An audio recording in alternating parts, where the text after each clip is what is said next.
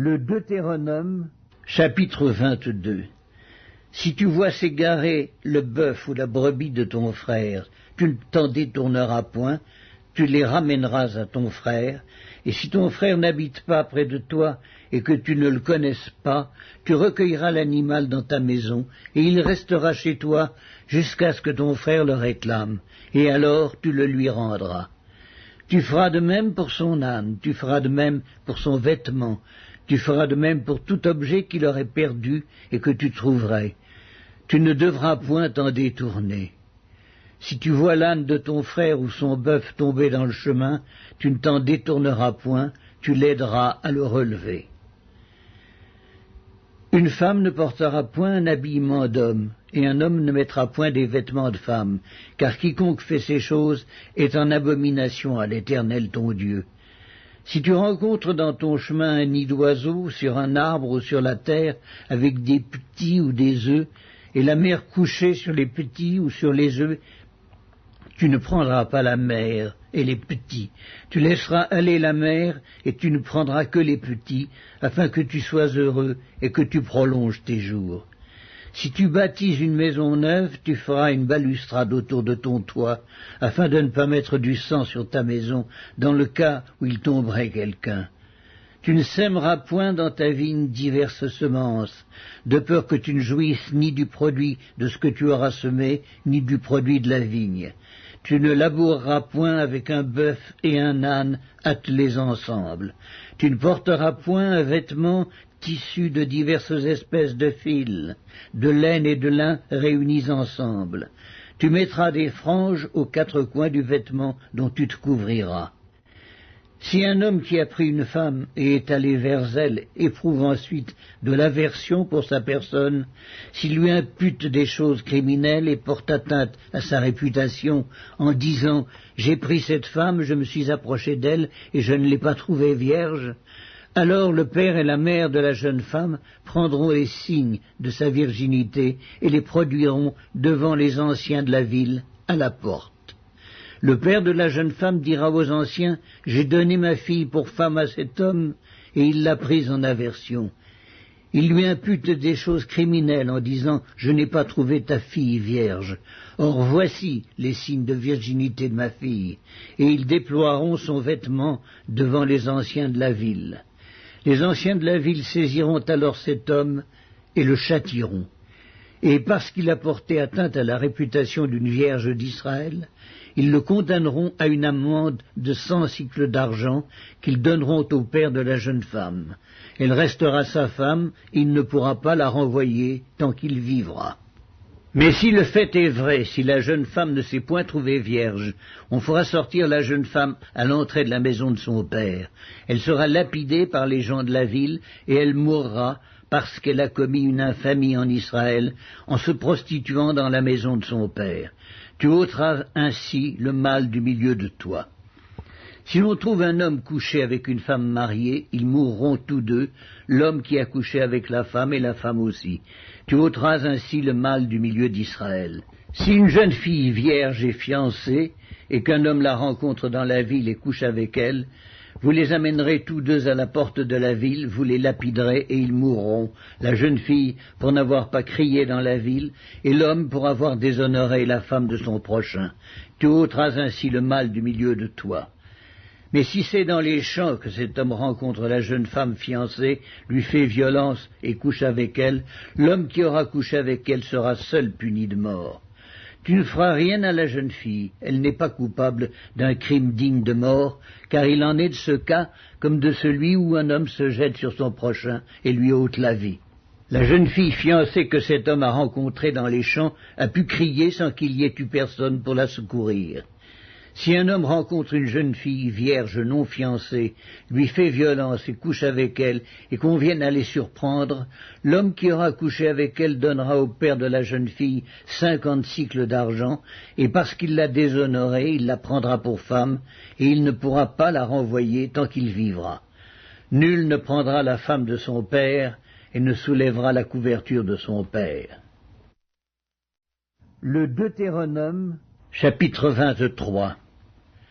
Celui dont les testicules ont été écrasés ou l'urètre coupé n'entrera point dans l'assemblée de l'Éternel.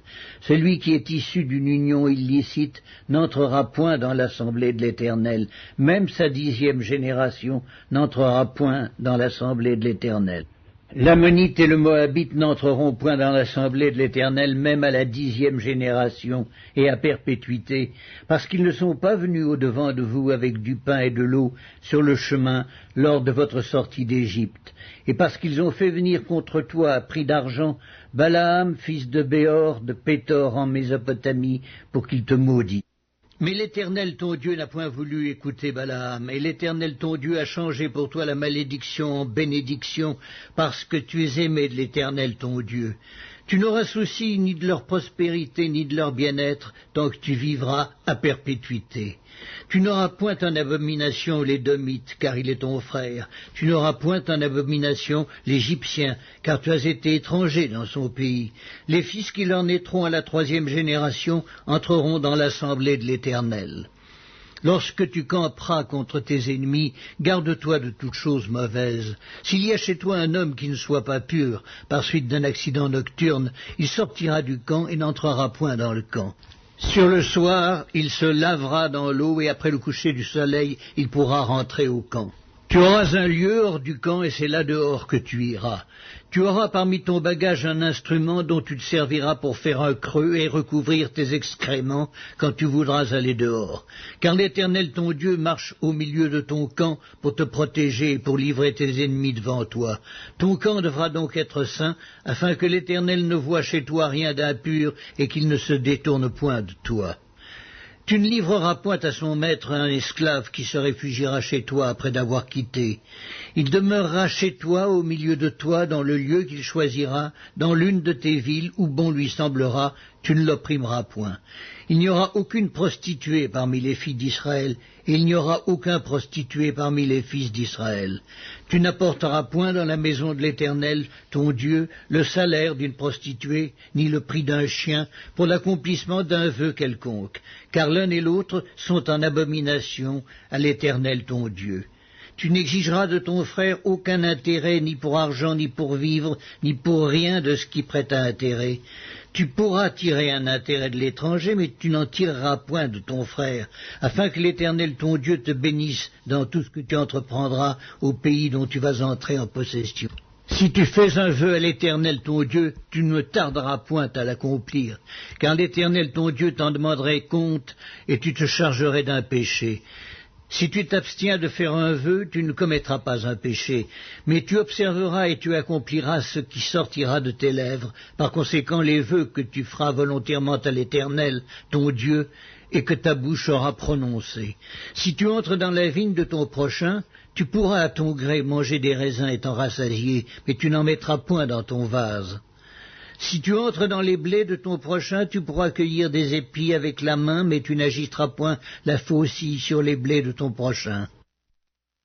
Chapitre 24. Lorsqu'un homme aura pris et épousé une femme qui viendrait à ne pas trouver grâce à ses yeux, parce qu'il a découvert en elle quelque chose de honteux, il écrira pour elle une lettre de divorce, et après la lui avoir remise en main, il la renverra de sa maison. Elle sortira de chez lui, s'en ira, et pourra devenir la femme d'un autre homme.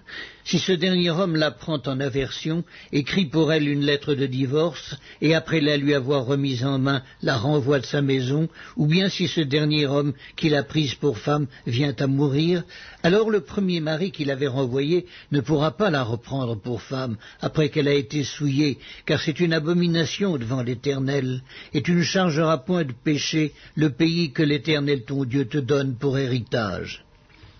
Lorsqu'un homme sera nouvellement marié, il n'ira point à l'armée, et on ne lui imposera aucune charge. Il sera exempté par raison de famille pendant 1 an, et il réjouira la femme qu'il a prise. On ne prendra point pour gage les 2 meules, ni la meule de dessus, car ce serait prendre pour gage la vie même.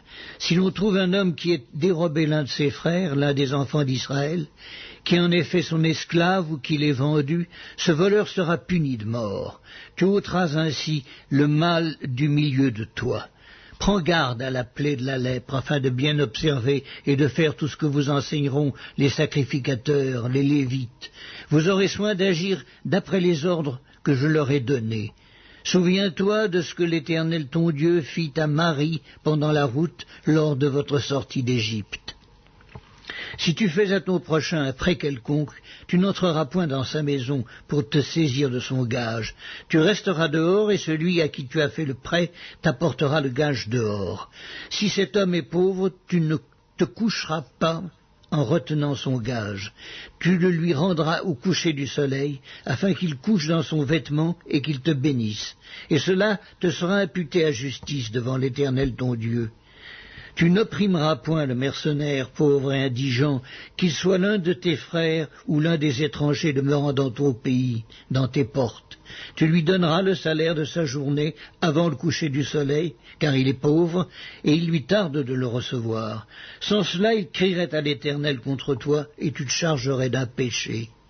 On ne fera point mourir les pères pour les enfants, et l'on ne fera point mourir les enfants pour les pères. On fera mourir chacun pour son péché. Tu ne porteras point atteinte aux droits de l'étranger et de l'orphelin, et tu ne prendras point en gage le vêtement de la veuve. Tu te souviendras que tu as été esclave en Égypte, et que l'Éternel ton Dieu t'a racheté. C'est pourquoi je te donne ces commandements à mettre en pratique.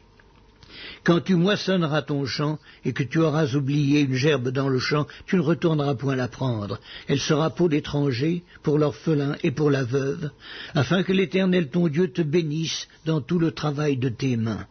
Quand tu secoueras tes oliviers, tu ne cueilleras point ensuite les fruits restés aux branches. Ils seront pour l'étranger, pour l'orphelin et pour la veuve. Quand tu vendangeras ta vigne, tu ne cueilleras point ensuite les grappes qui y seront restées. Elles seront pour l'étranger, pour l'orphelin et pour la veuve.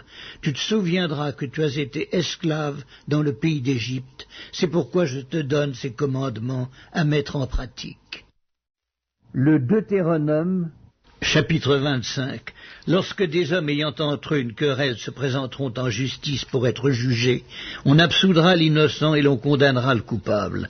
Si le coupable mérite d'être battu, le juge le fera étendre par terre et frapper en sa présence d'un nombre de coups proportionné à la gravité de sa faute.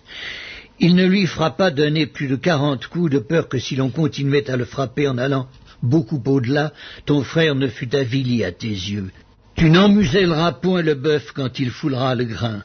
Lorsque des frères demeureront ensemble et que l'un d'eux mourra sans laisser de fils, la femme du défunt ne se mariera point dehors avec un étranger, mais son beau-frère ira vers elle, la prendra pour femme et l'épousera comme beau-frère.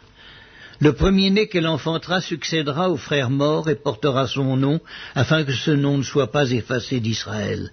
Si cet homme ne veut pas prendre sa belle-sœur, elle montera à la porte vers les anciens et dira « Mon beau-frère refuse de relever en Israël le nom de son frère, il ne veut pas m'épouser par droit de beau-père. » Les anciens de la ville l'appelleront et lui parleront.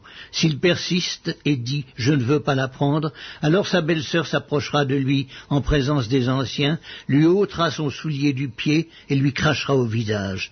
Et prenant la parole, elle dira « Ainsi sera fait à l'homme qui ne relève pas la maison de son frère. » Et sa maison sera appelée en Israël la maison du déchaussé. Lorsque des hommes se querelleront ensemble, l'un avec l'autre, si la femme de l'un s'approche pour délivrer son mari de la main de celui qui le frappe, si elle avance la main et saisit ce dernier par les parties honteuses, tu lui couperas la main, tu ne jetteras sur elle aucun regard de pitié. Tu n'auras point dans ton sac 2 sortes de poids, un gros et un petit. Tu n'auras point dans ta maison 2 sortes d'épha, un grand et un petit. Tu auras un poids exact et juste. Tu auras un épha exact et juste, afin que tes jours se prolongent dans le pays que l'Éternel ton Dieu te donne. Car quiconque fait ces choses, quiconque commet une iniquité, est en abomination à l'Éternel ton Dieu. Souviens-toi de ce que te fit Amalek pendant la route, lors de votre sortie d'Égypte, comment il te rencontra dans le chemin, et sans aucune crainte de Dieu, tomba sur toi par derrière, sur tous ceux qui se traînaient les derniers, pendant que tu étais là et épuisé toi-même. Lorsque l'Éternel ton Dieu, après t'avoir délivré de tous les ennemis qui t'entourent, t'accordera du repos dans le pays que l'Éternel ton Dieu te donne en héritage et en propriété, tu effaceras la mémoire d'Amalek de dessous les cieux, ne l'oublie point.